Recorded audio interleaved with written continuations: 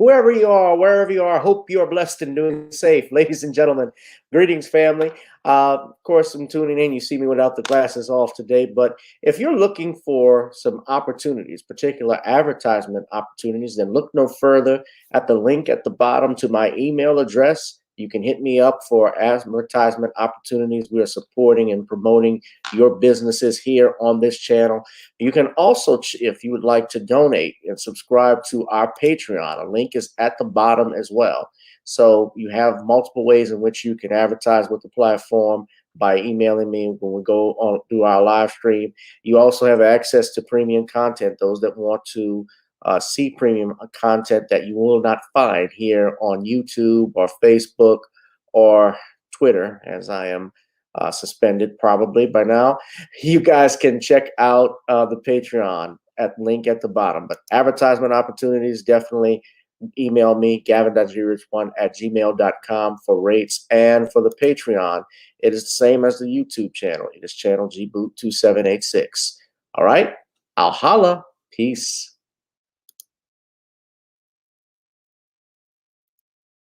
I'm attorney Gavin Richard. I grew up here in New Orleans, so I know how important family, friends, and community are to us. And helping others has been a lifelong passion of mine.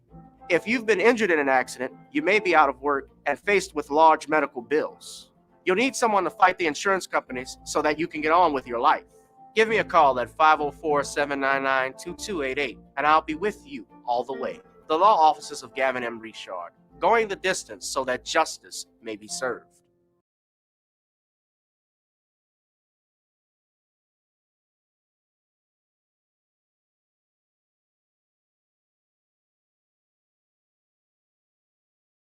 Commonwealth of Pennsylvania versus William H. Cosby Jr., the destruction of due process in America.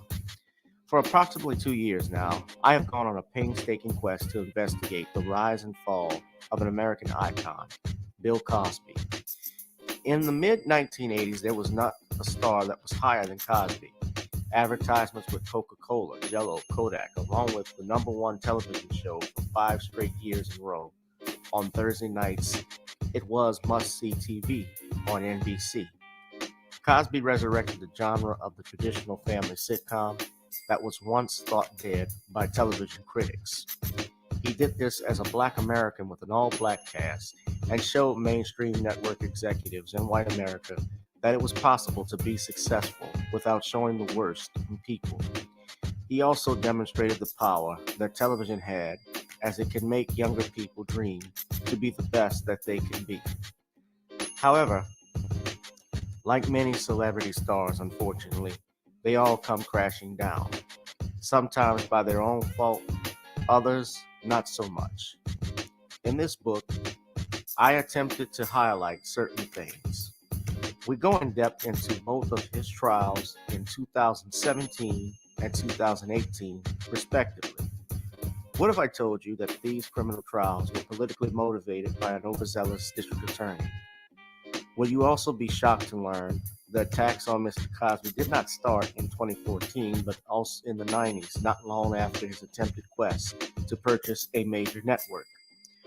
From where did all of these allegations of sexual misconduct come from? Were the accusers telling the truth? In the 2 years of research, with some help from others interested in learning the truth and facts about this case, we discussed both the legal reasons why his prosecution and trial were illegal, unwarranted, and also the possible personal motives as to why this may have occurred. Most importantly, we warn about the dangers of prejudice and why trial by social media, or mainstream media rather, should never be the norm.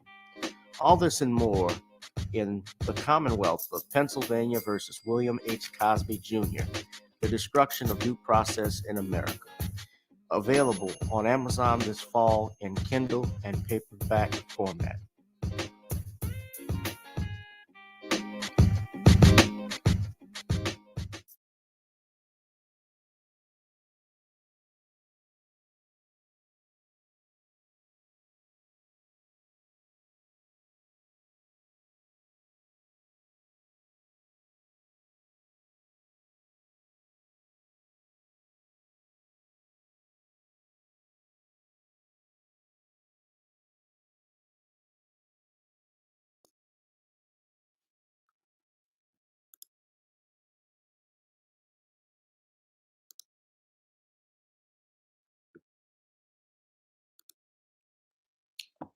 whoever you are, wherever you are. I hope you are blessed and doing safe.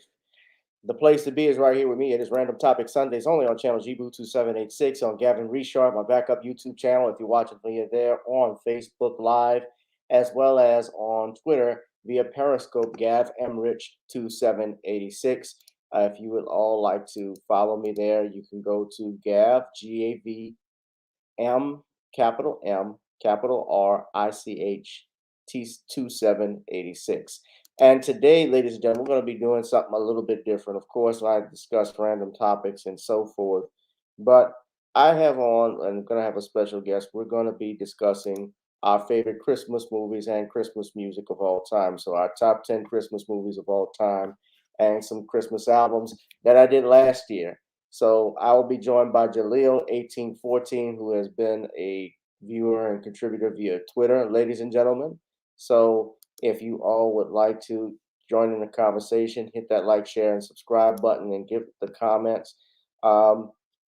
We will also be asking you if you could contribute to the Cash App as well. Always, the Cash App is GavinRichardEsq, Google Pay and PayPal at gavin.grich1@gmail.com or Zelle at the phone number below. Ladies and gentlemen, you can also join the Patreon for exclusive content, and also you can advertise with us at the email below at gavin.grich1@gmail.com.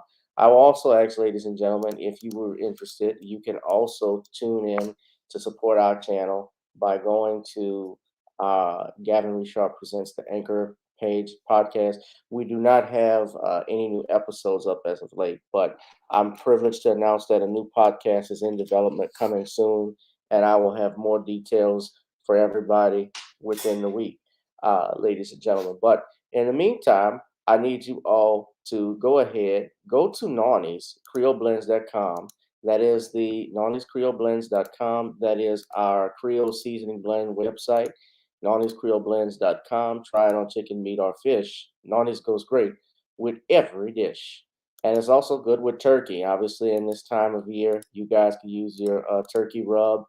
Then we can go ahead and order you some seasoning as we speak. It works wonders, ladies and gentlemen. Also, I'd asked if you could you can check out our music page, my music page, and go to Spotify now and stream Video Soul. That is the latest single that was released by me under my G Rich artist page, GRI, the cent symbol and H there, although I couldn't do it for this one here. And also, ladies and gentlemen, now before we get on down, we got to get on up. And I know I'm going to get a copyright strike for my own song, but hey, this is the theme song, ladies and gentlemen. So sit back and relax. Me and Jalil will be back with you shortly.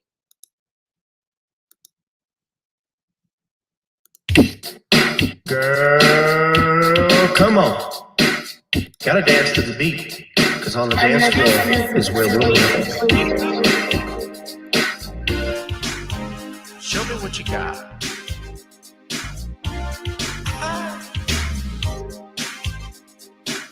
Gotta feel the groove. Feel the groove, get on the floor.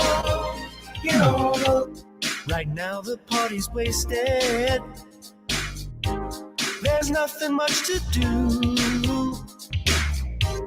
But once the groove gets started, tell me, what do you have to lose? Just look into my eyes, girl, as we glide across the room. And what to my surprise now, the beat takes hold of you. Now if you're feeling like I'm feeling, so come on baby, let's start dealing. Time to get this party started. Ain't no time for the broken hearted. When the rhythm takes hold of you, there's only one thing left to do. Cause the beat is really moving. Time to get your body moving. Gotta get on up and move your body. Cause when the beat is really grooving, it's time to feel your body moving. Gotta get on up and shake something. Feel the groove, get on the floor. Get on the... Tell the DJ play the whispers. Rock steady in the mood.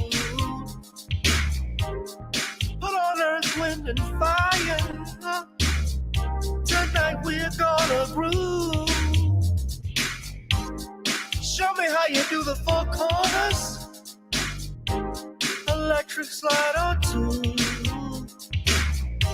Hit the bus stop or do the bunny hop, baby. It's really up to you. Now if you're feeling like I'm feeling, so come on baby, let's start dealing. Time to get this party started. Ain't no time for the broken hearted. When the rhythm takes hold of you, there's only one thing left to do. Cause the beat is really grooving. Time to get your body moving. Gotta get on up and move your body. Cause when the beat is really grooving, it's time to feel your body moving. Gotta get on up and shake something. Feel the groove, get on the floor. Get on the Now, 2020 hasn't been the best year of all times. We've been dealing with death, the pandemic, racism, bad policing, and all the bad rhymes. Like Uncle Snoop once said, if you breathe and you achieve. And so, if you're ready, I need you all to get on up. Are you ready? 1 and 2 and 3 and 4. Get your butt on the dance floor. 5 and 6 and 7, 8. This jam we appreciate. We're gonna slide and step on the beat.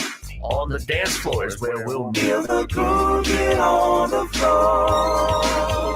Get on up. And move your body. Cause when the beat is really grooving, it's time to feel your body moving. Gotta get on up and shake something. Feel the groove, get on the floor. Get on the Baby, yeah, gotta get on up. Come on, baby, gotta get on up. Baby. Feel the groove, get on the floor. Get on up. Groove, get on the floor. Got to get on up, ladies and gentlemen. You can go to Apple Music and get Got to Get On Up, as well as our brand new Signal Video Soul I released back in September. I've been trying to push it with everybody. I got new music that's coming.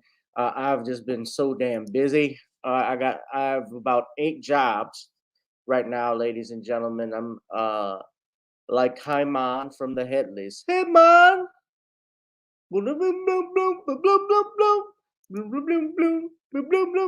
It's the hardest working family on television, the Headleys. I don't know how many people remember that. But what's going on, everyone? Welcome to another edition of Gavin Richard Presents. I wanted to do something different. I know there's a lot going on in the news, and we talk about different things, of course. You got one job, man, you lazy boy. Well, I mean, being the owner of my own law firm, Darius, that's not easy. On top of that, working on my document, doing some other projects that I have as well. It adds up, and then taking care of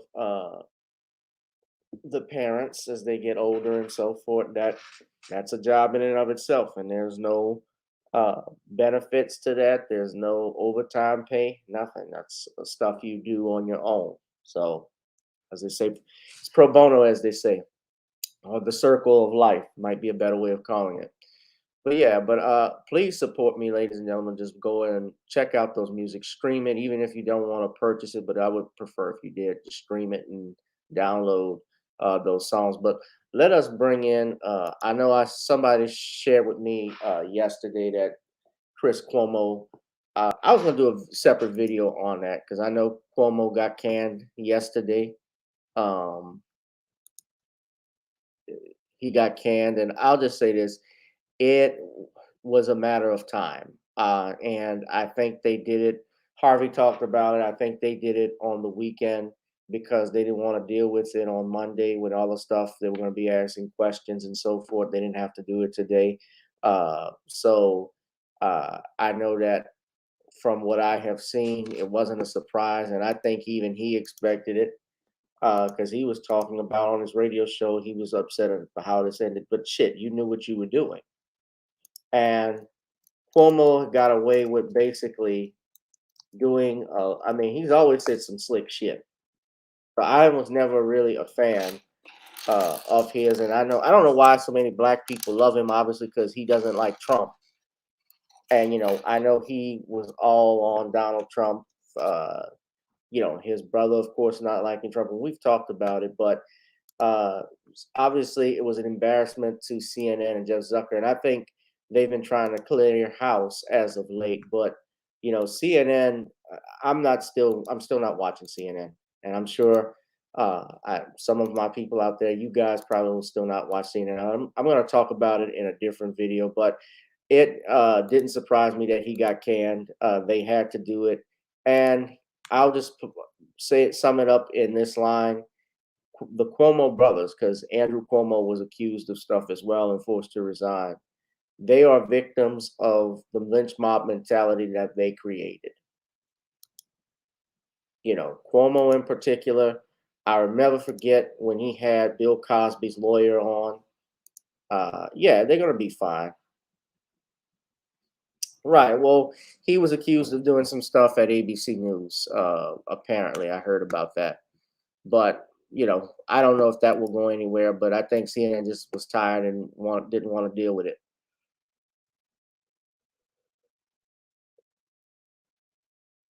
So CNN announced that Chris Cuomo was suspended earlier this week pending further evaluation of new information that came to light about his involvement with his brother's defense.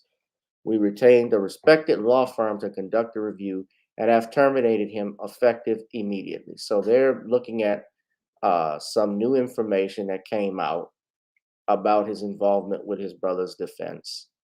And let me also say this.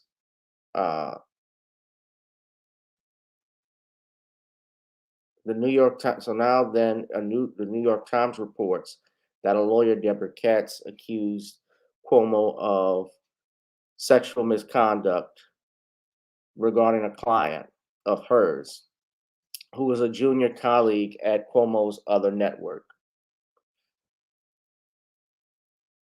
But I had heard something about that going on when he worked, I believe, at ABC News.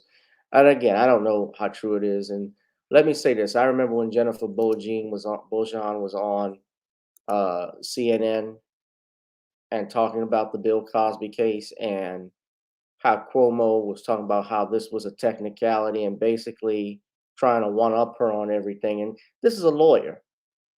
This is an attorney who was a former prosecutor that should know better when he's speaking, especially when he talks about due process and the rights of a citizen being taken away. Chris Cuomo knew what the hell he was doing, and showed you all. I won't go back over it again, but I showed that all to you.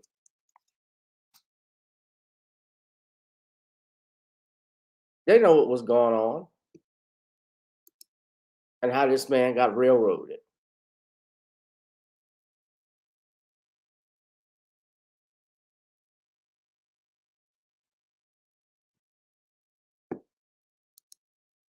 And you sitting up there trying to say, all the dozens of women, and you guys didn't even interview or hear the other side. You guys didn't properly vet these women when they came on CNN. You just let them talk.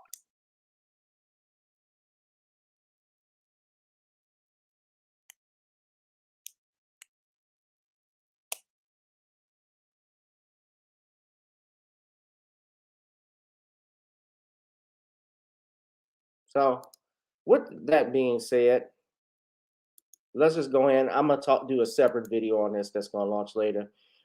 Darius, you killed me, man. Thank you. Let's go ahead and bring in our friend Jalil. Ladies and gentlemen, let us bring Jalil 1814 in. I want you to welcome him. Ladies and gentlemen, Jalil, how are you? Hey, Gavin. Hi, doing very well. How about yourself? I'm hanging in there, good sir, young brother. I'm doing good. Last things in Chicago, cold, I hope, unlike warm out here in New Orleans. Well, according to them, it seemed to be all right, but I'm actually in Boston, for the time being. Okay. Yeah, I've been here for almost a year now, this coming February, so with my new job. So Yeah, but right now Boston's been pretty nice. We haven't had the snow yet, or the Arctic cold yet, so we're hanging in there pretty good. And the Patriots are in the running for the AFC North too up there. So again, Yes, shocking. without Tom Brady, so maybe Belichick is a genius after all. So That's still a question for me, but yeah, but surprisingly, yeah, they're hanging in there. are people around him? Yeah. Y'all hit that like, share, and subscribe button. And Jalil, Darius says salute to you.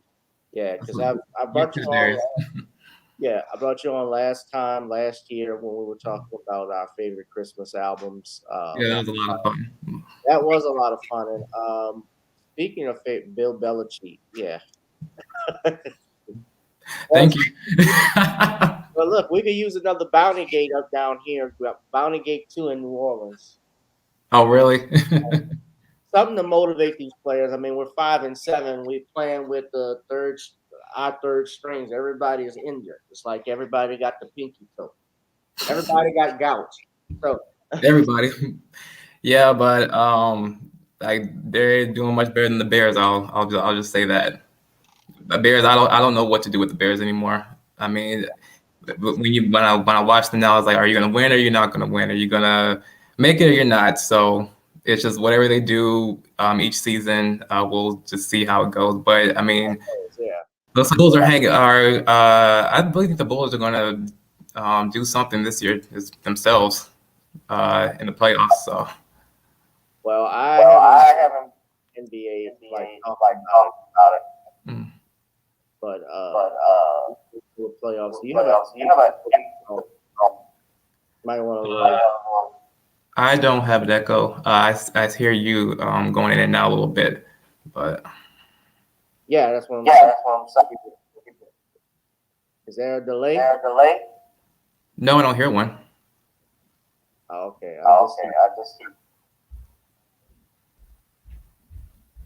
I hear me on your. I hear you too. Like I said, just going in and out a little bit. Okay.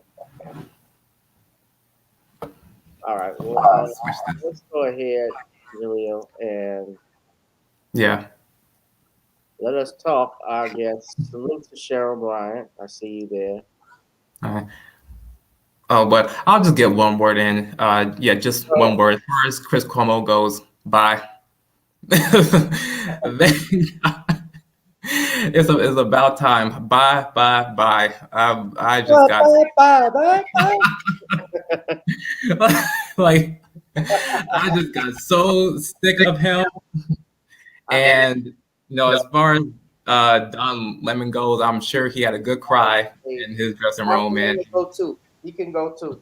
Yeah. He can kick rocks because he's been talking shit about black people ever since he's been on CNN. And I know he's from Louisiana, but I can't stand him.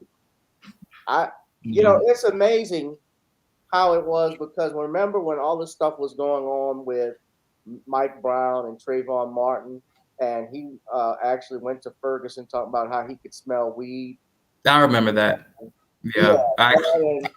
That and talking about a missing airplane and thinking it went to a parallel universe. And then on top of that, he said, before that, he said how black people wouldn't have trouble with a stop and frisk. Excuse me? Who the fuck asked you? Right. With that and all of his slick talk with Kevin Hart, Michael Jackson, Bill Cosby, I was like, I wasn't into that guy to begin with, and now just like seeing him more and more, I'm just like, please just go with Chris. That's all I'm asking.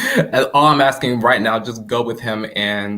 But now they're talking about replacing Chris with Jake Tapper, and yeah, I'm not a big fan of that either. So all that would mean is Tapper would switch from over where he is, and when he's in the afternoon, he's going to take over the primetime spot. But yeah, I mean, look, I could care less because I don't even watch CNN like talking about it. My folks do, And Hmm. it's amazing because what I was saying earlier is how the older people, they were complaining about everybody was complaining about Don Lemon, and then when Donald Trump gets elected, because CNN is basically the communist news network, and that's what it is. They lean far to the left. They went and Trump gets elected, and everything is anti-Trump this, anti-Trump that, and so they play these sound bites and snippets of Trump, but ignore the shit that's been going on prior to that. Ignoring what Donald Trump, ignoring what Obama did, ignoring what the stuff Don Lemon did. Just focus on the racial stuff and the stuff that CNN pushed. Everybody is focusing on Trump is this, he's anti-Trump. And that's the only reason why he kept his job. He was actually voted, I believe, worst broadcaster of 2014. So how was he able to keep his job after all of that? And now there are allegations against him for sexual misconduct. So it's just, you know, karma is coming to, as Harvey said, karma comes to collect. Yeah. I'm loving it. So, Yeah. whatever happens with that, I really don't care. I really don't. But yeah, when I heard that news yesterday that he was fired, I knew Harvey would say something, which I heard yesterday, just like laugh my butt off. But yeah, I told you so. I told you so. you so, I I told told you so. you so. He didn't say do this, I told you so, but he was just laughing the whole time. Yeah, Yeah. But we'll find out. I guess they'll see what happens more, but I could care less. So yeah, yeah. In the meantime, let's talk about our favorite Christmas movies of all time, our top 10. I'll go ahead and get started. Ladies and gentlemen, hit that like, share, and subscribe button. Those that are joining us, I'm joined by Jalil 1814. He's part of the Rhythmless Nation. And you can thank Whitney Houston for that. yes. Miss Kim Wayans, thank you. So we're discussing our top 10 Christmas movies of all time. So I'll go ahead and start. Sure. Uh, so I'm not gonna. I didn't create a banner for each one because I knew it was just gonna take a very long time for me to do. But I'll go ahead and start with this one. Now this has holds a special place in my heart. Even though it's number 10, it doesn't mean it's not a favorite. It is one of my favorite movies of all time, and that is Miracle on 34th Street. Oh, good one. Now, this is the original Miracle on 34th Street with Edmund Gwenn and Natalie Wood, John Payne, Maureen O'Hara, where Santa Claus comes to town and in the name of Kris Kringle, and actually is hired as the Macy's Thanksgiving at the Macy's Thanksgiving Day Parade, and he's taking over for the man assigned to play Santa, assigned to play him, who is intoxicated. And one thing leads to another. Of course, there's a courtroom scene that gets involved when Santa Claus gets in trouble for whacking a quack psychiatrist over the head, or psychologist, I should say. And he has to prove he's Santa Claus, but he also has to prove himself to a little girl, Susan Walker, played by Natalie Wood. Her mother, of course, is Maureen O'Hara, who plays Dory Walker. So, and John Payne is the boyfriend who's trying to impress the mother, obviously. And Mm, it was a great movie for those that have not seen it. In fact, the man who played Santa Claus, Edmund Gwenn, won an Academy Award for playing Santa for Best Supporting Actor. And this is what was interesting about this, and I'm playing a trailer right quick. They had to hide it as a Christmas theme because they were going to release it in the summer. So I just want to show you.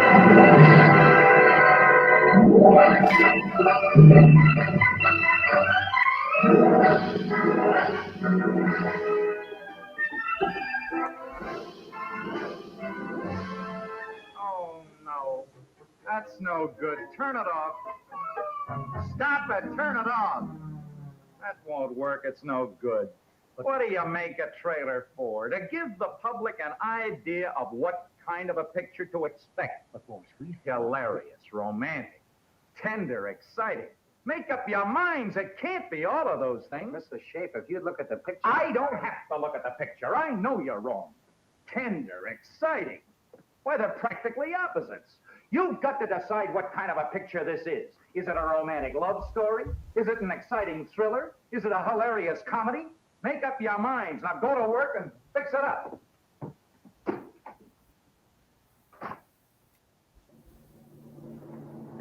Hey, Rex. How are you? Ed, how are you? Good to see you. How's the Ghost of Mrs. Muir? It's pretty good, I think. How's New York? Fine. Say, Rex, have you seen Miracle on 34th Street? Yes, saw the preview. I've never heard laughs like it in the theater before. Oh, is that right? Don't miss it. I was crazy about it. You really think we've got something, huh? I don't know whether the women will like it, but it's a great man's picture. Well, it's nice to see you, Ed. Gotta get back to work. Yeah.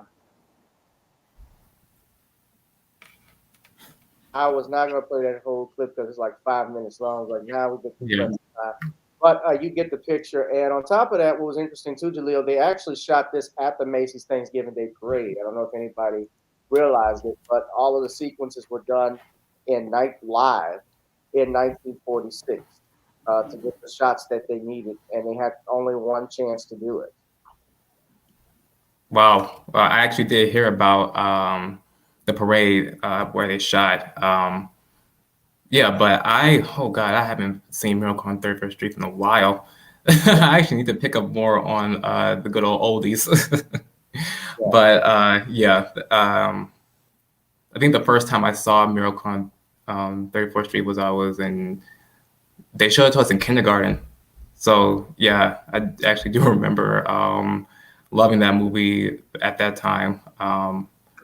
And the last time I saw it, I think it was a few years ago with a couple of my friends. So yeah, it was definitely a classic. Definitely. Yeah. So yeah, what happened? Of course, the film has been remade. Of course, I've seen this version that was directed by Les Mayfield in 1994, and this featured Myra Wilson, Dylan McDermott, Richard Attenborough playing Santa, and Elizabeth Perkins playing the Maureen O'Hara character, Doris, I should say.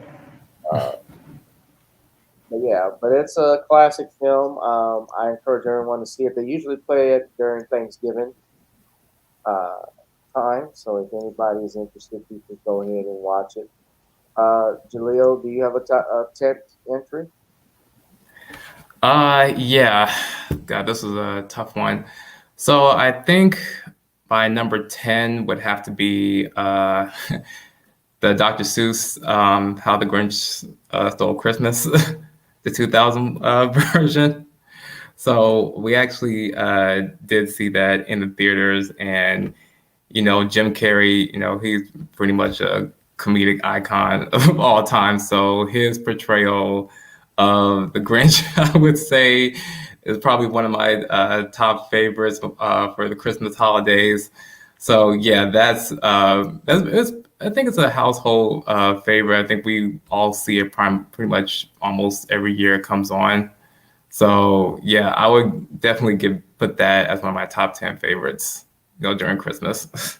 Yeah, I would probably, I should have started off and had this number 10 because I don't see it better than Miracle on 34th Street. But I'll say this is my 9th entry because I thought it was pretty funny too.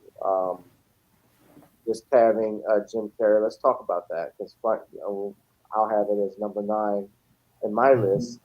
Of course, it's narrated by Anthony Hopkins, which is cool. But yeah, the costume designs I think were great. But it was there was some moments that were a little creepy. Yeah.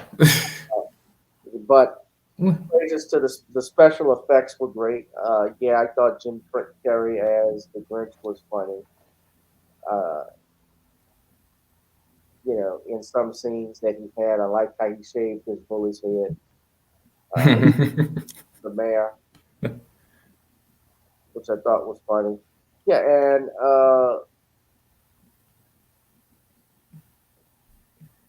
Yeah, and it wasn't that greatly reviewed for some reason. Probably because of too much of the creepiness, but yeah, I think that movie is pretty underrated in my opinion because I think it really gave especially at the ending, the gist of pretty much what any Christmas is all about, which is what you get from the Dr. Seuss book. So yeah, I think that movie is highly underrated. Yeah. Yeah, well, this was one of the. I think this was the second film that they let Dr. Seuss's family or estate let produce from his stories, because the next one was of course, The Cat in the Hat, which was a disaster. Yeah. I don't think I saw that in whole, and I really did not want to. Wasn't it Mike Myers who played the cat? Don't remind me. Don't remind me. No, Yes, it was, and I won't.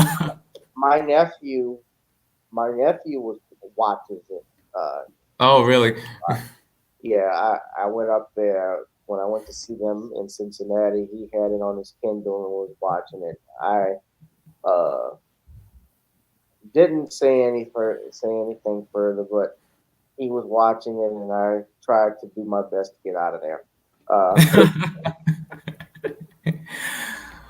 Well, I guess if I haven't seen, because I have little cousins who watch movies that are not particularly my favorite, so I just tell myself, you know what, I'll watch it in full and never have to watch it again. If it's that bad, then at least I got to see it in full and not quick to judge, even though I have a reason to judge it even based on the trailer.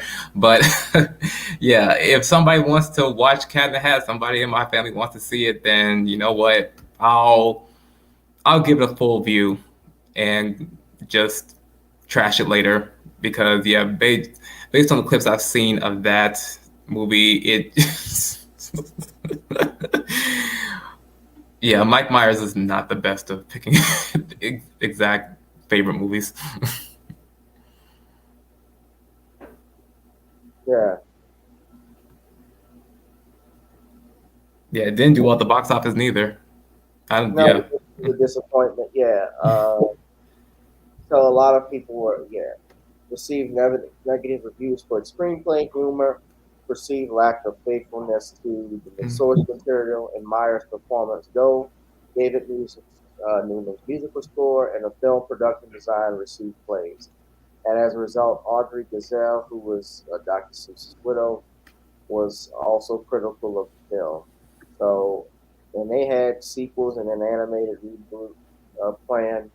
I know The Simpsons spoofed it for Halloween, but yeah, let's stay on. So that as my number 9. So what's your number 9, Jalil? I would have to say my number 9 would be probably the Santa Claus. Santa Claus that low? Yeah. Because I would say I was trying to pick between either the Santa Claus or the Santa Claus 2, trying to fill in for other different movies. But I think the Santa Claus is a little bit better than the Santa Claus 2. I did see the Santa Claus 2 in theaters, which I did love. So I had to watch the Santa Claus to actually see what it's about. But yeah, it was actually pretty good. Of course, there are other favorites I like more, but yeah, I would say this is another classic of mine. Tim Allen was he was pretty funny in this, so especially trying to replace the original Santa Claus. Yeah, I did enjoy that a lot. Well, I enjoyed. Well, this is much higher on my list than yours. Okay. So let me show you all what my number 8 film is, and that is this classic. People should watch it. Hold on a second. Ernest Saves Christmas. Now, this is a classic Disney film. Yes. Back in the day. Made in the 80s, 1988, Jim Varney, and a lot of people don't realize how popular Ernest was back then, because he had the TV show that used to come on CBS. He also had the commercials. we had a few commercials that he would shoot down here for Louisiana the gas company, and so forth. His commercials were very popular back in the 80s. That's how he got started. He was an advertising man. So Jim Varney, who plays Ernest, has to help Santa Claus, played by Douglas Seal, to find a new Santa, or else Christmas is over. And just it was a great film, especially if you're a kid and kid at heart, you will enjoy it. Uh, it's got a lot of heart, and I like the special effects in it. I like seeing the reindeer walking on the ceiling. That was cool, actually. Yeah. They were walking on the ceiling, and how fast they fly. That's how I thought they went. So as a kid, but yeah. What do you have to say? So that's my number 8. What about yours? So my number 8, I would have to say, this is probably a polarized opinion, but I would have to say Last Holiday. Now, Last Holiday, that is Yes. with Queen Latifah. Queen Latifah, yes, and LL Cool J. Yeah, that was probably in my preteen years that it came out, but I love both of them.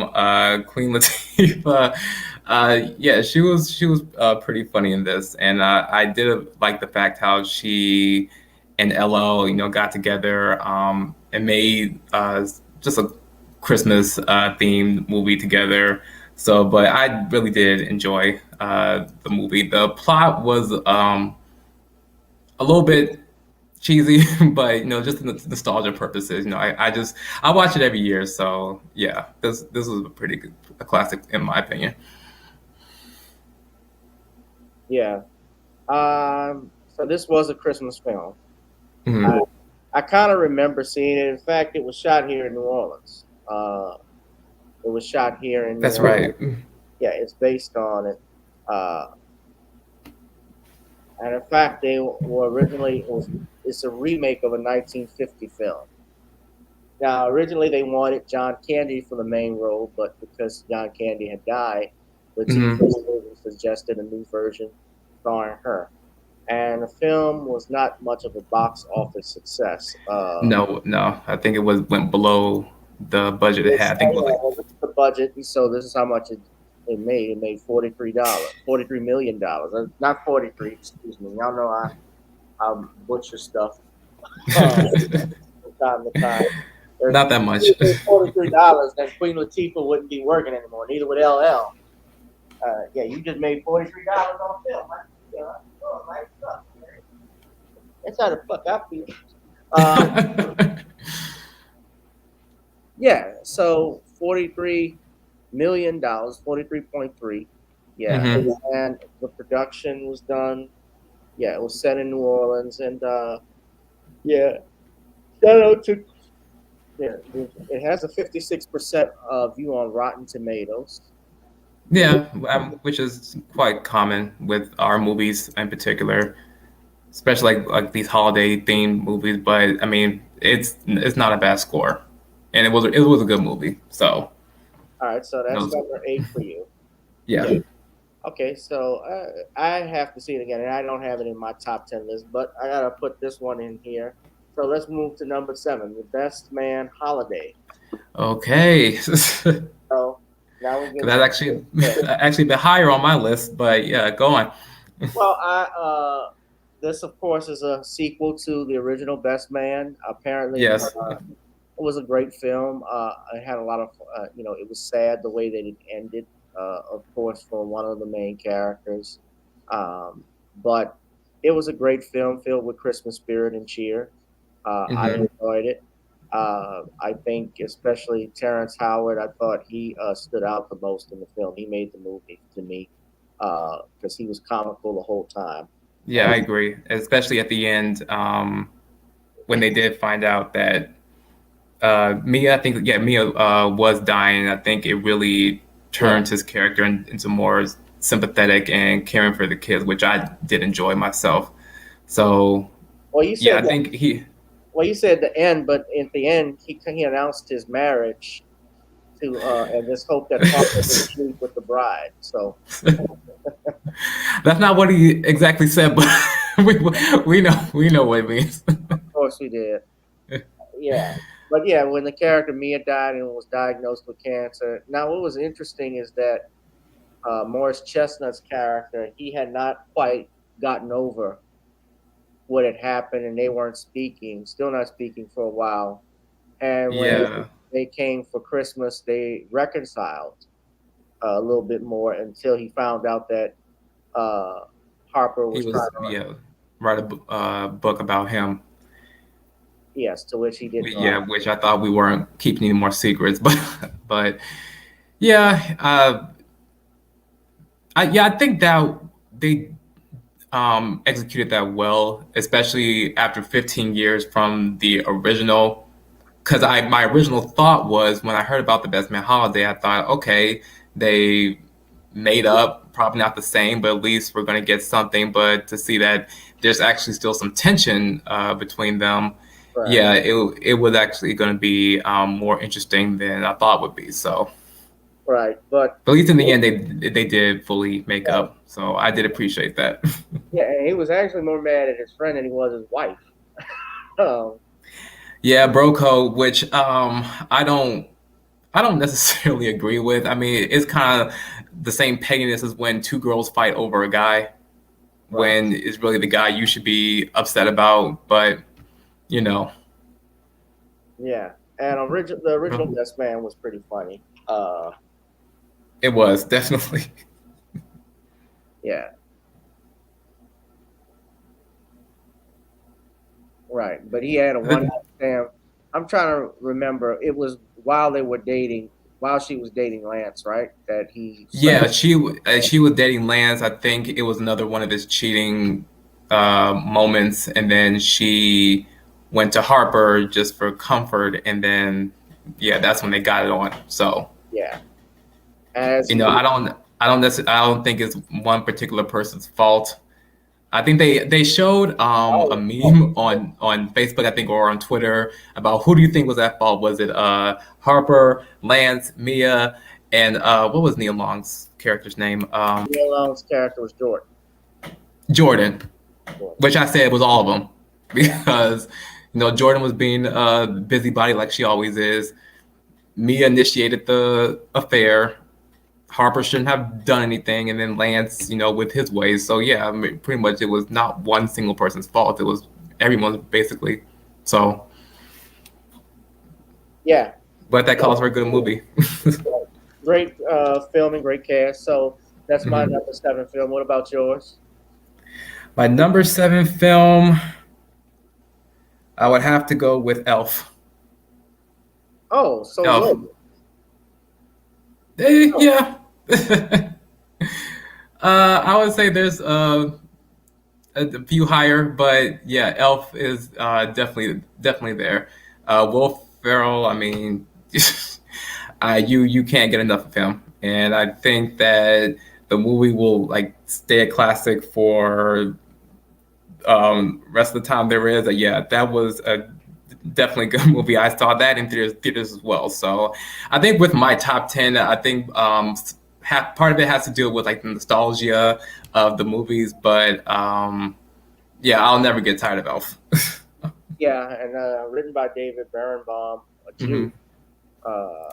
Yes. Yeah, which is, I guess, part of the season because most Christmas songs are written by Jews. The classics, from Santa Baby to the Christmas song to White Christmas, all the way to Rudolph. So a bunch of them. So yeah, I have Elf much higher. Oh, okay. Because it is a classic. But I won't. I guess I was gonna have it ranked. I had it ranked at least number 3 in my book, but Number 3. Okay. yeah, but I'll get to that a little bit later. But yeah, so so we're on 6th, right? So Yes. this one has become a classic, and guess what, guys? It's a Black Christmas film. For me, Almost Christmas. Now I don't know if anybody has seen this yet. but this came out in 2016, directed by David E. Talbot, who wrote the film as well. You said that was your number six? Yes. Oh, okay. Well, I guess we can share this one. Wait. Yes, I do. Yes, the almost cruise at number six. Yes. Are you having this number six? Yes, I do. No lie. Well, we agree on that. But what made this film? Literally enjoyed the film because it had all the elements of family. The problems we have, of course, with our relatives coming at our house, driving us nuts.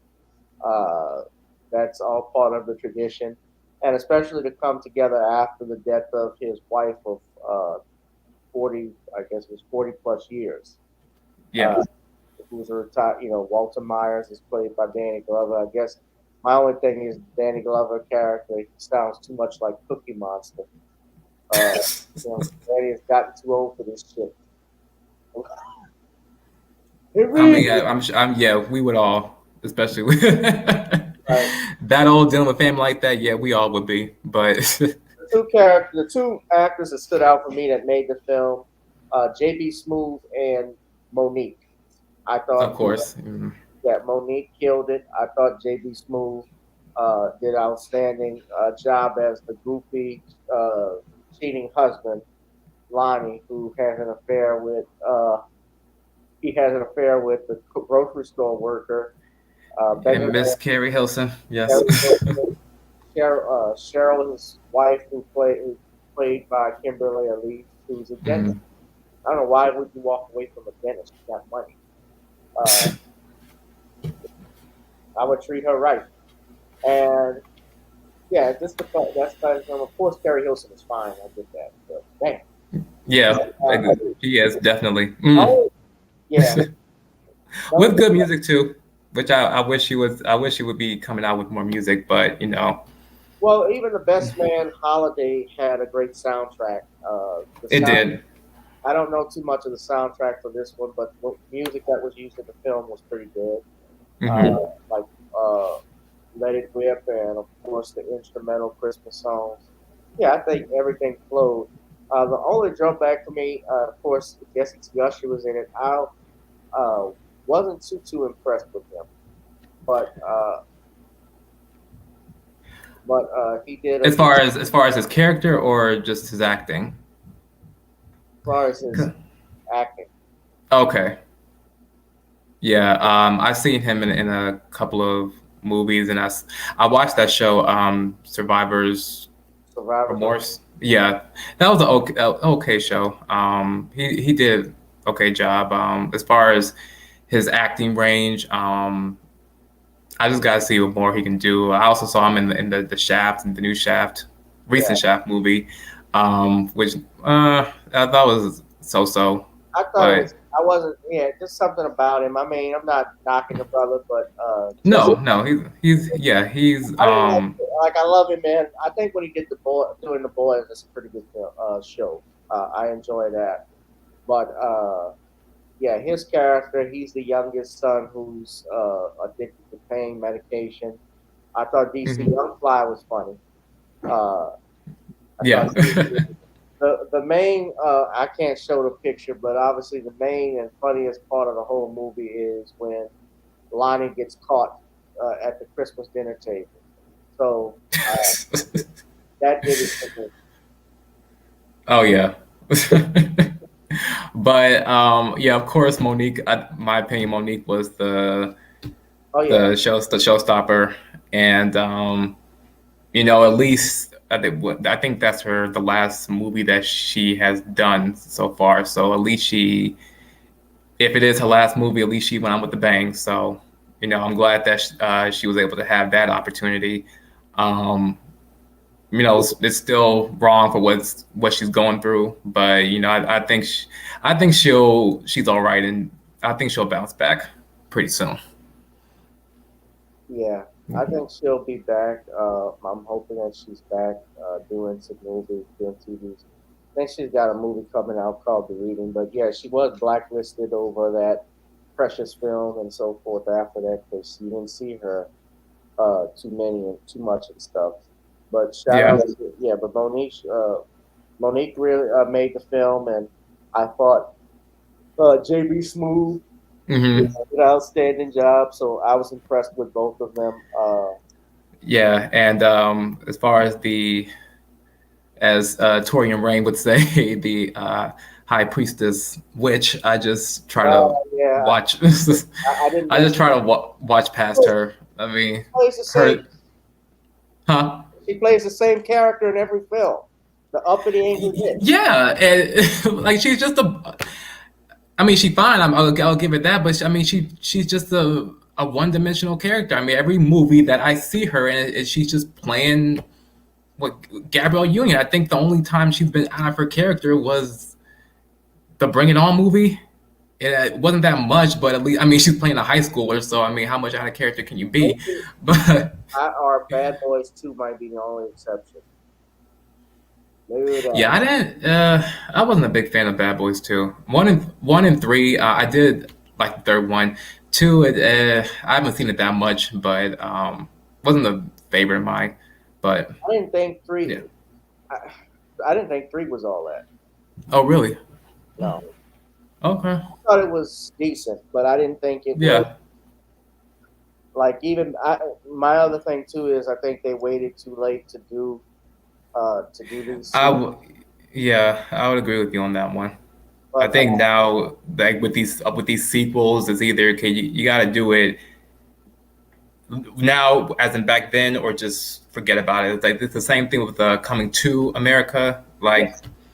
I just like, yeah, it's too late. You know, I mean, some funny moments, but it wasn't the sequel that I was looking forward to. It wasn't the same thing, especially it's not the Eddie Murphy of old, where Eddie, you know, you're used to seeing him say and curse and say all types of stuff, and he didn't do that in that film. But I thought that, yeah, as purposes of Almost Christmas, though, I thought it was a completely funny film, good writing. Shout out to David E. Talbot. His brother actually directed a few other films, including First Sunday and Baggage Claim. And he did the Jingle Jangle movie that was on Netflix, the Christmas musical that came out last year. So, okay, yeah, shout out to him. So don't worry, El Camino Christmas is not on the list. Okay. Yeah. So, all right. So we're getting into it now. So now we're in top 5. For me, of course, I got to do this one. I got to do this next one. And hold on a second. Of course, I'm going to have to, I got 3 black movies in a row. So this Christmas. Yes. I will get to that too, but yeah, it's a bit higher for me, so.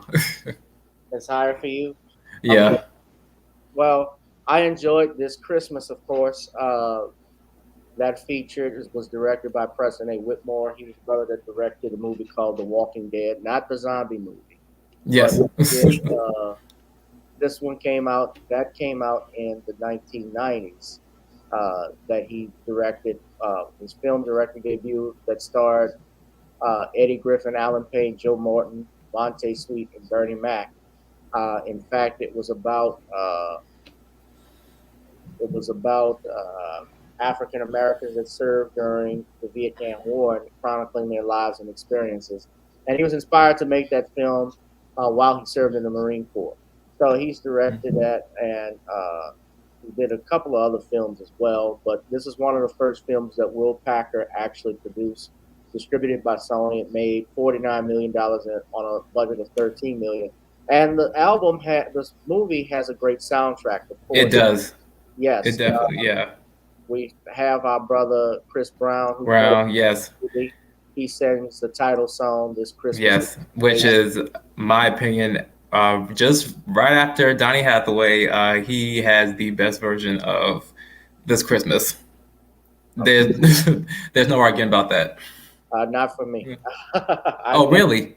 yeah, I thought it would be Donny Hathaway. You should listen to Donny Hathaway, Alexander O'Neill, and Alexander O'Neill. Okay. the Temptations version of it. All right. I heard the Temptations. Alexander O'Neill. I'll definitely take a listen to. But yeah, I would say because Donny Hathaway, he has the best version. I say right after him, then I would have to say Chris Brown. But yeah, that's No, my opinion. oh yeah, that's your opinion. Yeah, keep it. Yeah. But for me, there's a nostalgia when I listen to especially the Temptations version of it. No, I get it, definitely. Because My they do have a good one as well. Right, my father had that album playing. We had that album playing every day at our house. During Christmas. Songs like Everything for Christmas that featured Richard Street. But yes, the film. To me, overall, Loretta Devine is in it. Delroy Lindo, Idris Elba, Regina King, Yeah. Sharon Neal, Leo. I think the funniest part in the film, obviously, is when Regina King whips her cheating husband with baby oil as he's coming out the shower. So The whole damn bottle. the whole damn bottle. Yeah, that was that was the best one for me. Yeah. And that was Laz Alonso. Yeah, he played the cheating husband. Yeah, Columbus Short is also in it. He plays an AWOL soldier who's Yeah. married to a white woman named Sandy, and she's pregnant. And obviously, with Greta Devine's character, she's fun. You have a couple other people in it. Laz Alonso is in it. Plays, yeah, I The believe cheating husband. cheating husband, right? Yeah. And Laz, of course, we know him from The Boys, but he's also been in a couple other movies, even Avatar. Yes. Yeah. Yeah, And what's that? Jump in the Broom. jumping. Mackay Pfeiffer is in it as well. He plays the guy trying to get into Sharon Leo's pants, Yeah. which he does multiple times. Of course. Yeah. So, and Idris Elba is the oldest brother who's run from the mob because he owes money. And all right, yeah. So it was a great film. Now you said you have it much higher. Where do you have this ranked? This Christmas, I will put this at number 3. Number 3. Okay, so what's your number Yeah. 5? Here we go. We talked about this, the Best Man Holiday. So Best Man Holiday is number 5. Okay. yeah. Well, let's go with number 4. All right. Let's see. Jingle All the Way. Come on. Oh, endorsement. Oh God. Oh God, your impressions, I swear to God. Yeah.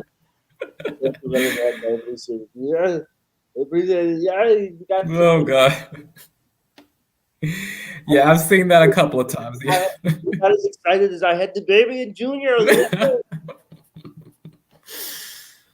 Yeah, Jingle All the Way is number 4 now. I remember seeing this. It's interesting how time flies. This was made 25 years ago. And I distinctly remember my parents, us going, and my brother going in a movie theater to see this. We laughed all the way, especially my parents and my folks, because they could relate being parents at Christmas time, how difficult it was to find special toys that my brother and I look for. So the movie obviously is about a workaholic dad. He's a furniture salesman. He's a mattress salesman that is looking for a Turbo Man doll for his son, which is like the hottest action figure in America right now during the Christmas holiday. And his wife had obviously told him to buy it weeks in advance, and being a workaholic, he didn't think twice about it and probably didn't hear her, and is forced to look everywhere for this doll and can't find it. Of course, he's not alone. There are a bunch of parents, including a postal worker played by Sinbad, who goes postal, trying to find his toy. Now, he doesn't kill anybody in the film, and most of it is cartoonish, but I enjoy the comedy. in it. I enjoyed Sinbad. Also, it featured Tom Hanks' wife, Rita Wilson, as Howard Langston, Arnold Schwarzenegger's character, his wife, uh, as Liz. Their son, Jamie, is played by Jake Lloyd, who would go on to play Baby Darth Vader. Yeah. In The Phantom Menace. Also, Robert Kennard, who plays a cop who keeps running into Schwarzenegger and keeps getting injured. Bunch of film. I love the comedy, the action in it. Jim Belushi is in it, who's funny. Yeah. Yeah. What did you think of the film? I wasn't particularly a fan of it. Arnold Schwarzenegger, he's not one of my favorite people. I mean, I do enjoy Terminator, but outside of Terminator, I just don't know. Like when I watch him, it's just he's the Terminator trying to be another character, and I wasn't grasping Jingle All the Way that well. I thought Sinbad was funny. I did enjoy Sinbad, but like overall movie, yeah, I wasn't a big fan of. It's kind of like that with what's the movie, Kindergarten Cop? Couldn't call That it he was, five, and yeah, like just like a, uh-huh. yeah, well, I mean, he's not a dramatic actor. Let's just put it that way. But it's funny. That's what made the movie funny is that you have the Terminator trying to play dad. Uh, Commando. Well, I mean, he was a dad in Commando, but he was a killer. Yeah. Yeah, But yeah, with yeah, Jingle All the Way. I mean, I could watch it all the way, but just like a big fan of the movie, not really. It's better than a few other Christmas movies I saw this past weekend that I just like. What the hell? I won't get into it now, but yeah, those were some. Ooh, God. I will say this though. Um, yeah, Ben Affleck, do not do another Christmas movie at all. oh, I know what you're talking about already. Surviving Christmas. That and that it was another movie. It wasn't really directly. Yes, That was funny. Reindeer Games. I thought it was funny. I thought it was interesting with the plot twist, but overall, I'm just like, dude, like no. And I thought at least with Charlize Theron and him, it would be somewhat like exciting, but like overall, like I didn't get it. It Well, just this was early on in their career, so yeah. But I thought it was funny. All right, hit that like, share, and subscribe button, family. I'm here with Jalil. We're going over our top 10 Christmas movies of all time. Today, ladies and gentlemen, again, hit that like, share, and subscribe button. Also, donate to Cash App. We got a few people in here. Vulcan 2050 Full says, I agree to. Oh, hey, Vulcan. What's up, Vulcan? Yeah. Phantom mentioned Ernest Goes to Prison. Yeah, that was funny. Ernest Goes to Jail. Yeah, I remember being a little kid, 4 years old, going to see that with my aunt. Some things you have memories of. Like I remember going to see The Wizard with Fred Savage. That was in 1989. Wow. I can remember going to see Honey, I Shrunk the Kids as a little boy. I used to have my Super Mario tennis shoes and. I think we saw, or at least me, as Honey, We Shrunk Ourselves.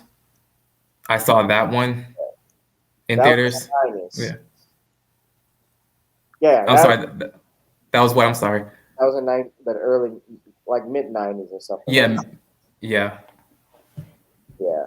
I didn't see that one in theaters. I thought that came. It might have been in there, but I didn't see that one. It wasn't as good as the first, but. Actually, I see that again. Yeah, 97 it came out. The We Shrunk Ourselves. That came out in 97. So I've had Jingle All the Way number 4. 4, yeah. So my number 4, Home Alone. That is my number 4.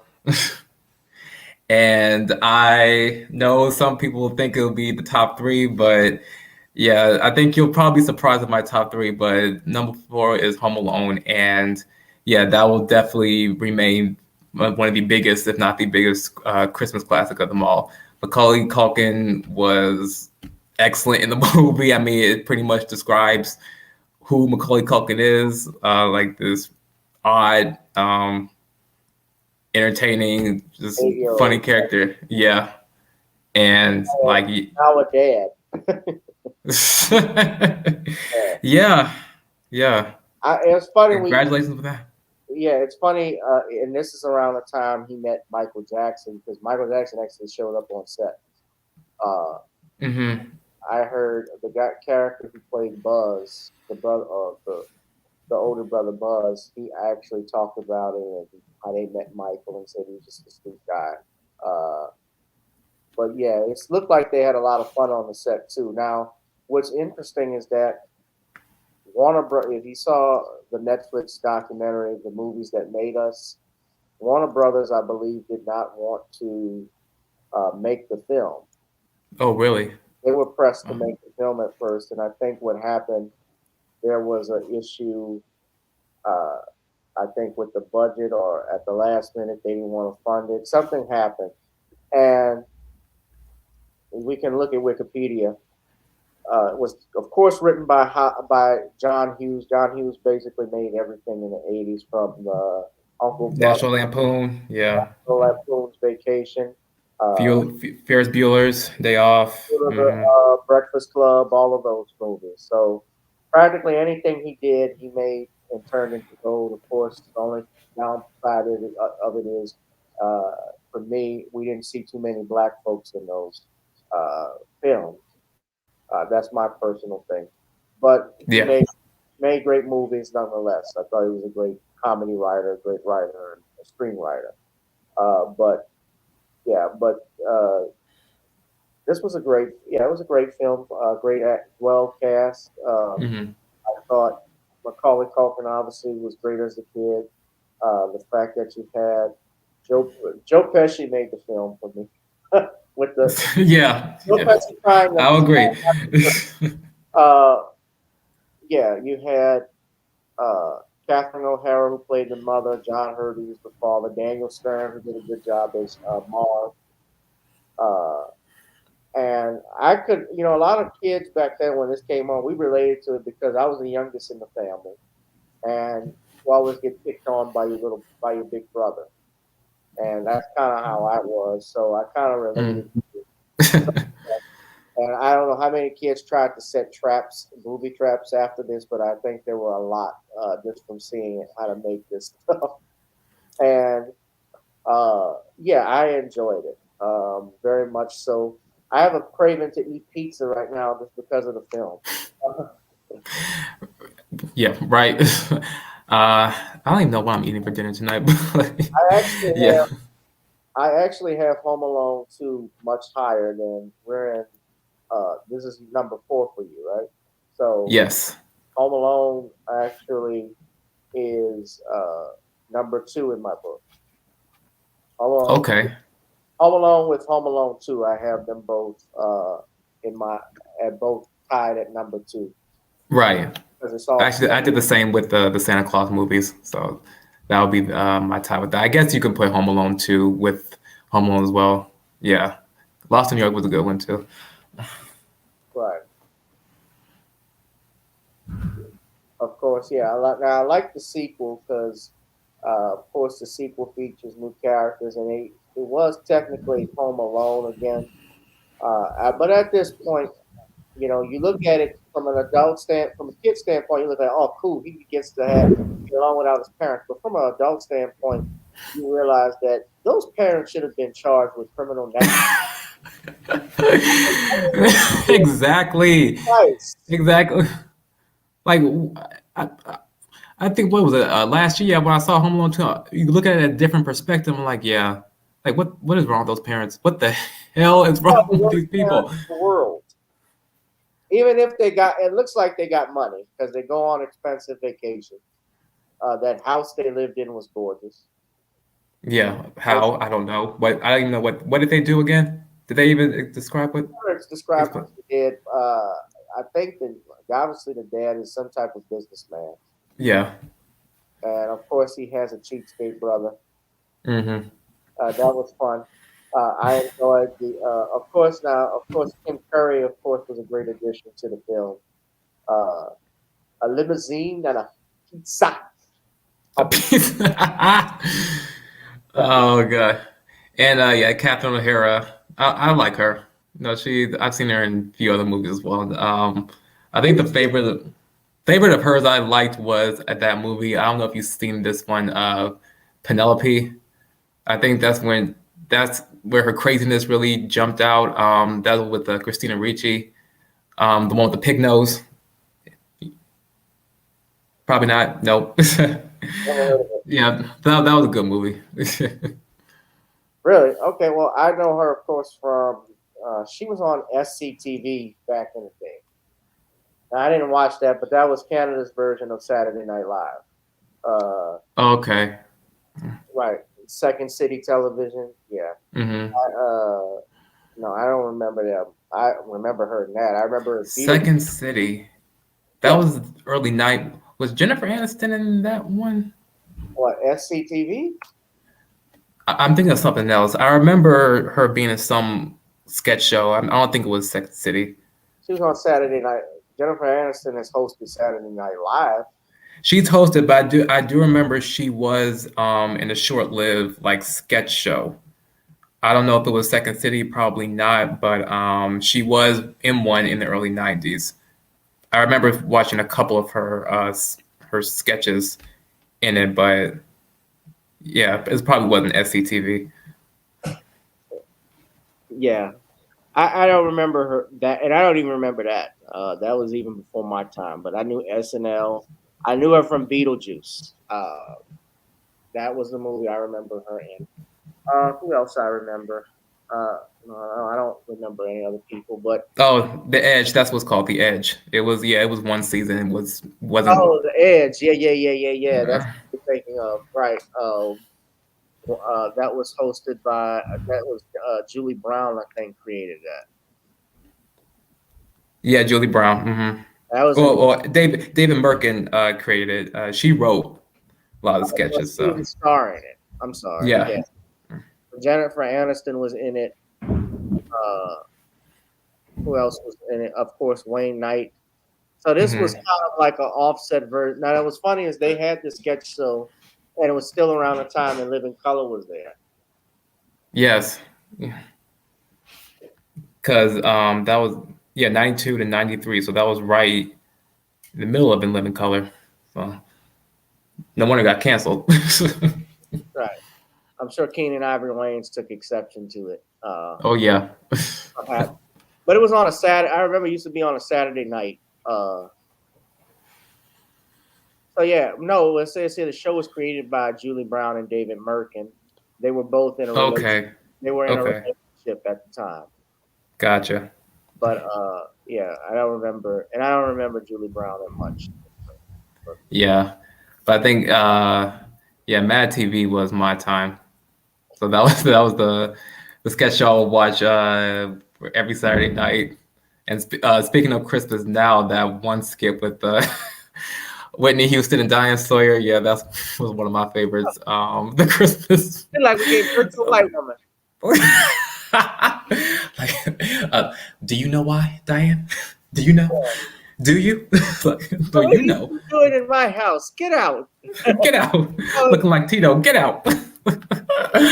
Oh God, Deborah Wilson, I love her. God forgive me. Yeah, but that was funny. I loved her when she would do Oprah as well. Oh yeah, ironically, it's so true today. Right.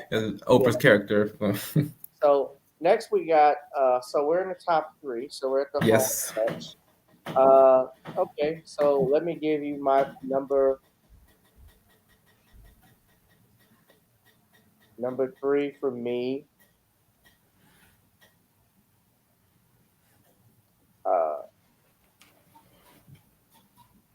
Damn, I screwed up the list. Hold on. Hey, Rashana.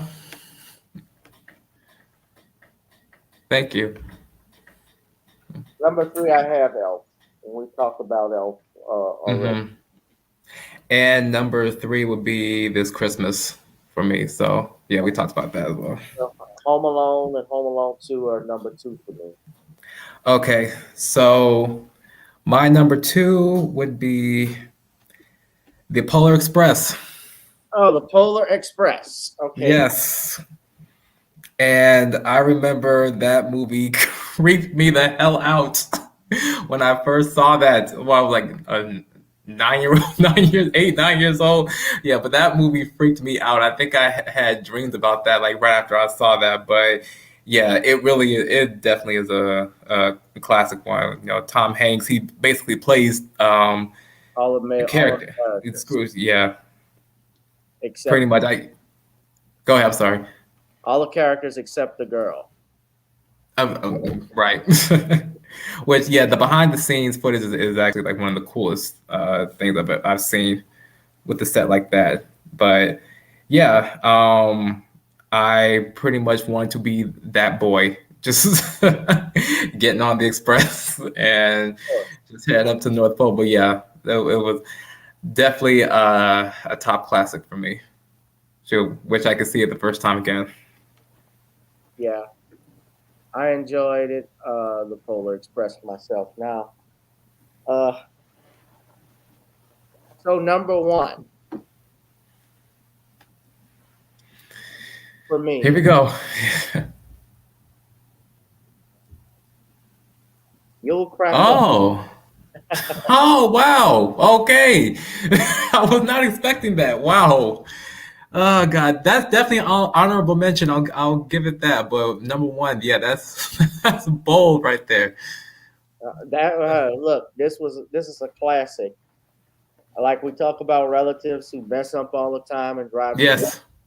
Yes, this is the movie that highlights it, and Chevy Chase does a great job of playing the father that goes over the top for Christmas with Oh his God. family. Everything that can go wrong. Go wrong. Yes. Yeah, from crazy in-laws to relatives. And again, this is a film written by John Hughes. Now, interesting enough, Chris Columbus was set to direct Christmas Vacation first, but had a falling out with Chevy Chase, so he went and did Home Alone. And Jeremiah Sheknick ended up directing Christmas Vacation. And of course, both films were written by John Hughes. Yeah, it's interesting you say with Chris Columbus because he definitely gives that Christmas feel to movies. I remember like with the first 2 Harry Potter movies, I know a lot of people have said like those first 2 had like a very Christmas holiday feel to those movies, and he directed those first 2. Yeah, which was very interesting to me. Yeah, I definitely second Harry Potter is my favorite overall out of the. I think he had 8 movies. So yeah, that was definitely interesting how he almost directed National Lampoon. Yeah. I thought this was great in film. I enjoyed it.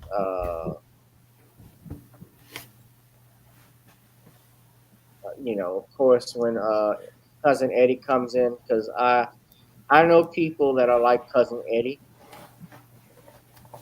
That will Yes. leech off of you. God.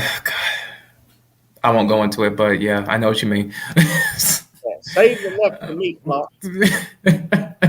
So, but I enjoyed the film nonetheless, man. Yeah, definitely made the box office for It was sure. box office 73.3 million. I think it is the most, arguably, the best sequel in the National Lampoon Vacation series, bar none. But yeah, so, and I think that has to do with the fact that John Hughes was involved in it as well, since he wrote the screenplay. So I enjoyed it, and it had a great soundtrack too. The score for it was great. What was also great was the fact that you had the Staples singers singing the Christmas Vacation theme songs. Yeah. More or less Mavis Staples, which Yeah. I enjoyed. Yeah. I love her. Actually, I'll Take You There. That will be 50 years old this coming January, I believe, or February, 50th anniversary of that song. Yeah. So hopefully it gets some recognition. But yeah. Perhaps. I would think so. We got to give Mavis her flowers while she's here. Yeah, the only one now that's here. So Yeah, she's she from Chicago, right? yes. Yeah. So she should be around 82, 83, something along those lines. Mm-hmm. 82. 82. Mm-hmm. Yeah. Yes. But that was my number one. So what's your number one? Okay, number one. So I guess before I say that, there are some good honorable mentions I'd like to point out. That would be A Christmas Carol and Die Hard. So those are some definitely good honorable mentions for me. So my number one, and we pretty much watch this every Christmas Eve since the beginning of time. Answer. It's a Wonderful Life. It's a Wonderful Life. It's a Wonderful Life. And just a few years ago, I bought the colored version of that movie, and now we've been watching it in color since. But yeah, that's definitely an all-time favorite. It's a definite best time classic of mine. James Stewart, Donna Reed, definitely a good couple. Yeah, Mr. Potter. Oh God. Oh, Harry. Harry. Oh, Clarence. Please, God, Clarence. Oh God. Yeah. And the thing, I actually I did enjoy at least right after what was that scene?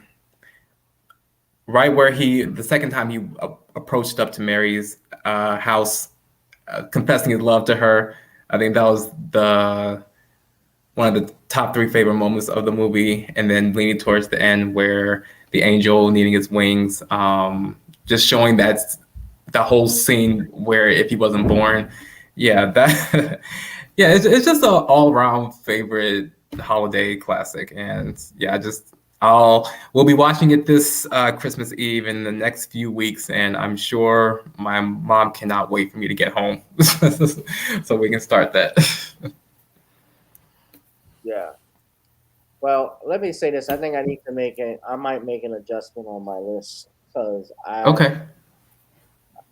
I think for number 10, I had selected, on number 9, I know I had selected How the Grinch Stole Christmas.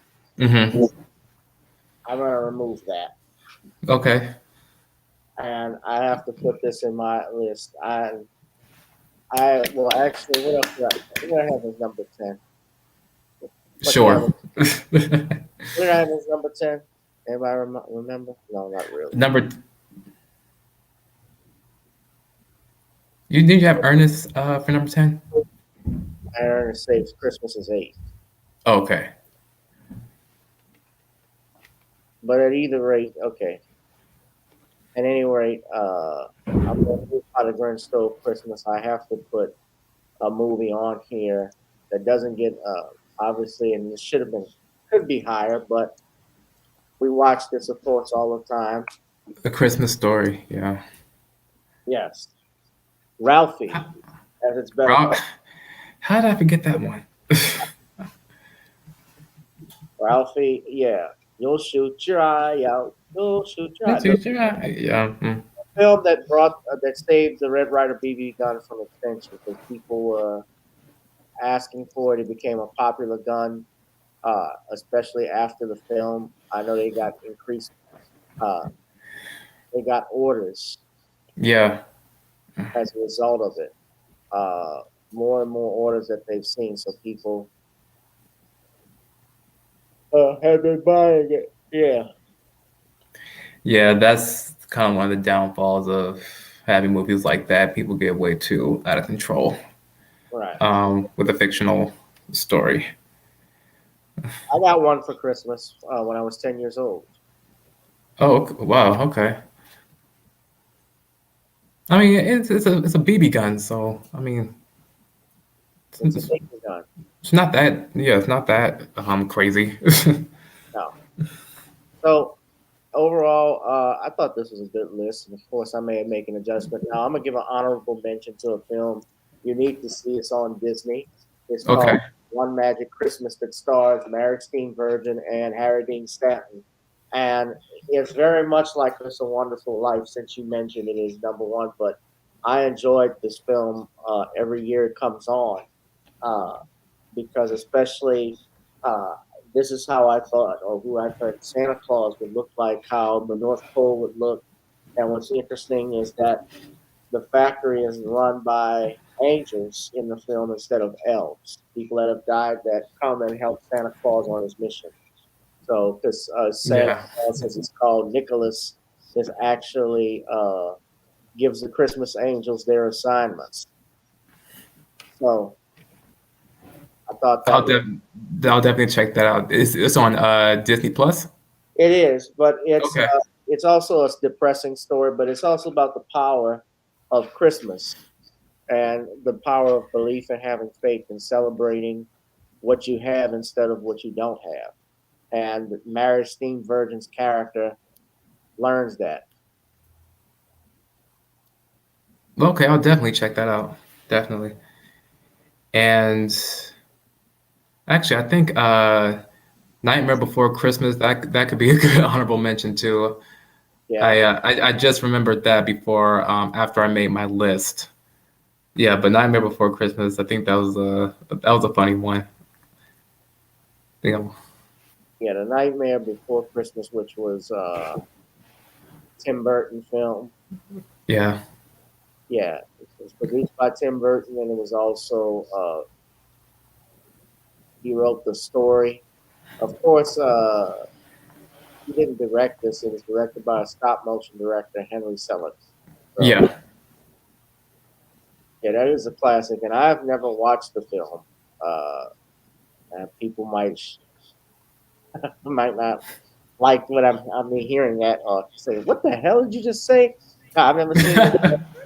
It's been a long time if I've ever seen it. So Yeah, it came on Disney Channel a lot, so that was always my go-to channel as a kid. And even with then, they have like the Christmas episodes on those and the some Christmas themed movies on Disney Channel. So um, yeah, I think they were on the ball with that as far as bringing all those shows, well, movies onto the channel for the holidays. So but I think they had the Grinch and this movie, and I think they also had the Polar Express a lot. So, just to keep up that holiday season for that channel. So yeah, it was a good time, good days. yeah, But I think now I'm usually just going to like the Hallmark Channel or maybe yeah, Lifetime for any quick Christmas movie they have. I think one of them now I watch, I guess yearly now. It's called The Christmas Melody, and of course Mariah Carey stars in that one and directed it. So right. it's like you'll love it or hate it, but she's been my favorite for the longest, so I'll watch anything she does. It's a funny movie, and one I think I saw. Um, it was on Friday, I believe. No, yeah, Friday. It was with Corbin Blue. If you Corbin Blue and Monique Coleman, they were in the High School Musical movie together, so they came back together. I think it's called the Christmas Dance Reunion. Hmm. And yeah, that was a good movie. I enjoyed that. So yeah, the little short Christmas movies on the Lifetime and Hallmark. I mean, they're also pretty enjoyable, depending on who makes it. Right. And of course, Mariah directed the film that you're talking about. It was her directorial debut. Yeah, Christmas melody. Yep. Of course, she has something to do with, and she did it on the Hallmark Channel. Of course, she has stuff to do with Christmas because she practically, outside of Jesus and Santa Claus, she is good. Yeah, the Queen of Christmas. Right. She's earned that title. Yeah. She has, because she makes like $1 million every time that song is played. Basically, the song. I mean, the song's now certified diamond and goes #1 like every year now. So yeah, so I guess she really can't. You can't stop her from Christmas at all. Yeah, the song is diamond, and I mean, she could retire just off of just that song. So Exactly. yeah, She pretty much has. I mean, I guess until this whole COVID thing is lit up a bit, but yeah, pretty much the last 2 years she's been hustling on the Christmas music and the specials on Apple Plus. So well, yeah. she has a trade, and she also has a trademark, if I'm not mistaken. All I Want for Christmas Is You is a trademark now, so she has clothing that she's selling as well as the perfumes and so forth. So all of that is added. But I mean, look, the #1 Christmas song in the early 50s and 60s was the Chipmunks' "Christmas Don't Be Late" that Ross Bagdasarian had created, and that launched his career. I mean, even though he had a career before that, he was struggling, and that song is that created Alvin and the Chipmunks. Yes, it did. Franchise, yeah. The Christmas is here. I won't start. Time for Yeah. and I actually have my Alexa right here. So oh. It looks like your Wi-Fi name or password has changed. To update your Sorry. Wi-Fi information, go to the Alexa app. Sorry about that. Alexa. Yes, you mentioned Alexa and it comes on. So Yeah. yeah. All right, Jalil. I don't have much further. I think we'll do a comedy. We'll review some albums again for next time. Okay. This is we've gone over hour 30 with this one, but why don't you tell everybody where they can contact you? If you have a Cash App, we can go ahead and put it in the chat for you. Sure. Well, for Cash App, that would be $ Jalil1814.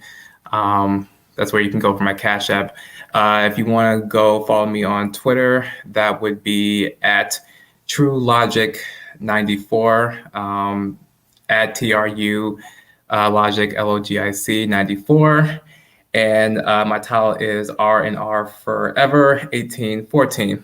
So if you want to follow some of my crazy tweets, that's the spot right there. So pretty much that's, the only social media that I will be promoting. But yeah, pretty much. Finally, let me ask you something. What we'll have you come back on again, but you and I comment on stuff on Twitter because you follow me, and I follow you respectively, and I've seen your comments, you and our fellow brother Torian Rain, where you guys have been watching the Chucky series. Yeah. And you enjoy that, obviously. Yeah. The season just ended. I definitely enjoyed it. Minus a few obvious grievances that it didn't ruin the season for me, in my opinion. But yeah, I think overall it really focused on the timeline of the whole 7 movies that it did have. It really touched on backstories, what we learned during, before the movie started, after, and I thought the kids were a good addition to it, like in the old characters, Andy and Kyle. They really brought it up, and of course Jennifer Tilly playing Tiffany. So yeah, overall it was a good first season. Second season will be coming out next year, so I'm excited for that. Hopefully they bring some other characters from the past that I'll be excited to see. Maybe Andy's mom or the cop from the first one. So we'll see. Yeah, that would be cool if they brought those characters in. Of course, my issue with it is the agenda that's there. Yeah, Make no secrets about it. It's just like you all know what I'm talking about. I won't go in detail, but yeah. It just yeah, Harvey had said he's not watching it at all because of the. I don't blame him. No, I don't. I actually was tempted to turn it off myself. Uh, Hmm. 'Cause I mean, it can do without it, but I understand that the Don Mancini is part of that community. So, yeah, Yeah, and there's nothing wrong with that. The only thing I had was the first episode with his boyfriend. Like I said, like he's gonna be the one that he has a crush on, and he's gonna be the exact same way. That's what this is what they're doing now. But I wasn't I wasn't gonna push on it too much because, like I said, I was enjoying the show, and you know what, I'll just be a blank in my mind. So. Like I said, just pushing forward. But like I said, anybody who does not want to see it because of that, I don't blame them. yeah. Well, they even doing that with Nika, the Nika character, and Jennifer Tilly. But I know I Jeff. wasn't I wasn't really surprised by that. No, I wasn't. Just You have saying. a guy like Brad Dourif. He enjoys. I wouldn't say enjoys it, but he's into like that kind of odd stuff. Interestingly enough, the last time I saw Brad Dourif in any movie, Mekhi Phifer was playing with him. So it's called Obsession, and that was that was interesting to say the least. He wasn't playing a villain; he was actually playing the good guy and the only good guy in that movie. So I thought that was pretty cool outside of his usual character and Chucky. So I remember he was also in. I remember him. He did Mississippi Burning. He played the deputy. The little sneezy deputy, that racist deputy that helped kill the civil rights workers in Mississippi, and Gene Hackman beats him up because Gene Hackman was boning his wife. But I liked, yeah, his what other movies he did. I remember. Well, he did. Remember when you mentioned? It's funny you mentioned that film. I didn't see that one, but he was also in the Halloween remakes, playing the terror. oh, I do remember that. Yeah, I Yeah. remember when he got mad at Michael McDonald. He actually was screaming at him. You could hear Chucky. Well, with any movie you could hear Chucky. Like I said, the movie with Mekhi Phifer, it was Chucky all the way through. Even playing the good guy, it was still Chucky. So you can't escape that. You can't escape that voice. I mean, it pretty much cemented his career.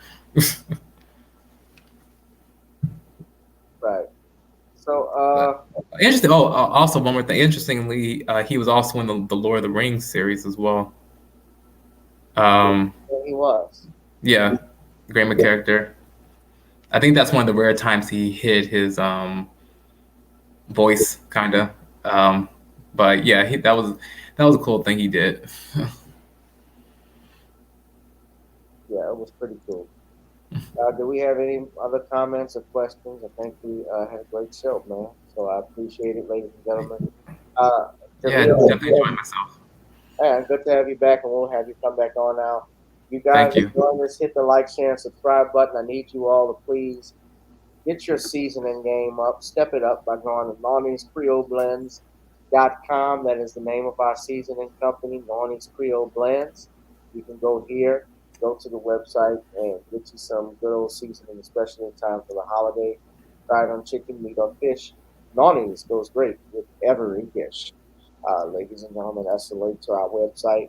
Also, you can go to Spotify right now or Amazon or Apple, and you can check out Video Soul, which is my latest single, Video Soul. In fact, I'm going to post a link to it. You all can go ahead. This is, I'm going to show you on my Spotify page that I have here so everyone can check it out.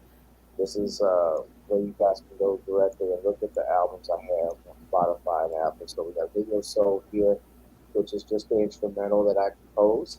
And also, Love it. got to get on up. I got more songs and singles and albums I'm going to try and work on and finish pretty soon, man. It's just been tough getting with collaborators. With some Really? Yeah. So I'm learning to try and do stuff on my own and tie it up with stuff. Yeah, it's just like That's what they gotta do today. You know. yeah, like people will say they'll work with me and then I don't hear back from them. Yeah. So it is what it is. But shout out to Darius from Atlanta. Shout out to Vulcan 2054. And we got Rashana. We had Cheryl Bryant. We had a bunch of people on here. I thank you all for tuning in. I got some decorating that I got to do outside at the house, guys. But Same here. I was actually trying to hopefully bring in my. It looks like your Wi-Fi name or password has changed. Sorry. Ordered my ugly Christmas sweater for this year. I was hoping it would come today, but looks like it was late. I was trying to wear that for the show today, but hopefully next time. Yeah, next time we'll have to do something else before Christmas for sure. For sure. I got my ugly sweater already. I have one in the closet that I've been using, so you guys will get that and enjoy it. But until then, ladies and gentlemen, I'm Gavin Richard with Gavin Richard Presents, and this is Jalil. Support our brother Jalil at CashApp. Jalil 1814. That's the $. Jalil 1814. All right, brother. I appreciate you. You have a blessed day, and guys, we will see Thank you you all too. in the next one. So you all go ahead and please hit that like, share, subscribe button, hit your notification bell. Go to the Patreon. That's the Cash App links for me at the bottom, the PayPal. And we're going to get out of here with, of course, since we've gotten on down, it's time to get on up. I'm Gavin Richard. Ladies and gentlemen, it's been a great show. I appreciate it. Go watch some Christmas films. Enjoy the rest of the day. I'll holla. Yes. See y'all.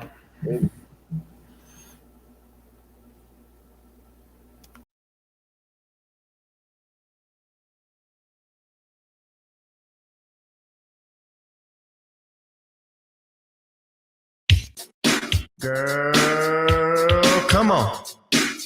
Gotta dance to the beat. Cause on the dance floor is where we'll meet. Show me what you got.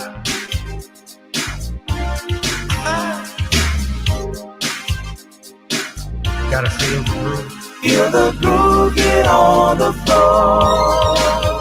Get on the. Right now the party's wasted. There's nothing much to do.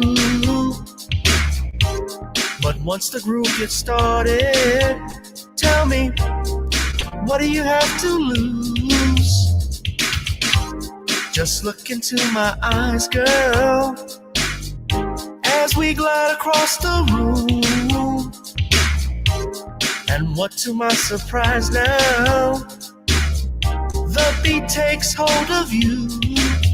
Now if you're feeling like I'm feeling, so come on baby, let's start dealing. Time to get this party started. Ain't no time for the broken hearted. When the rhythm takes hold of you, there's only one thing left to do. Cause the beat is really moving. Time to get your body moving. Gotta get on up and move your body. Cause when the beat is really grooving, it's time to feel your body moving. Gotta get on up and shake something. Feel the groove, get on the floor. Get on the. Tell the DJ play the whispers. Rock steady in the mood. Put on earth, wind, and fire. Tonight we're gonna groove. Show me how you do the four corners. Electric slide or two. Hit the bus stop or do the bunny hop, baby. It's really up to you. Now if you're feeling like I'm feeling, so come on baby, let's start dealing. Time to get this party started. Ain't no time for the broken hearted.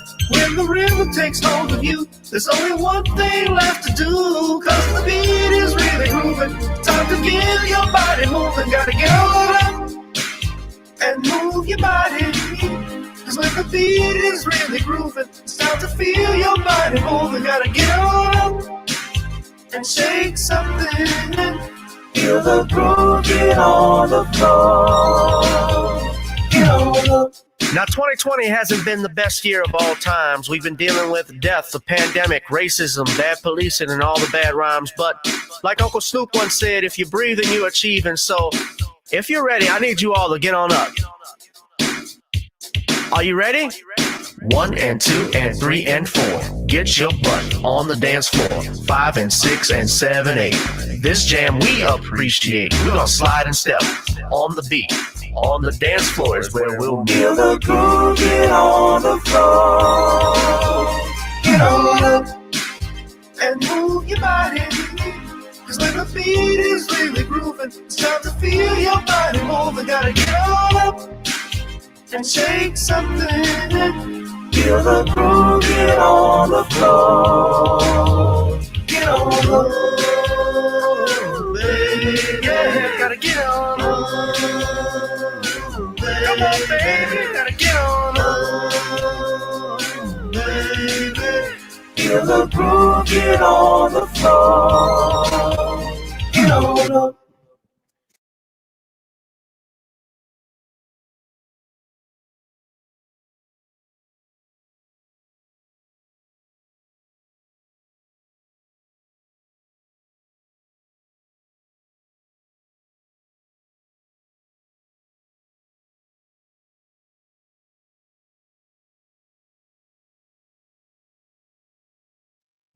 You'll shoot your eye out, kid. Merry Christmas. Ho, ho, ho.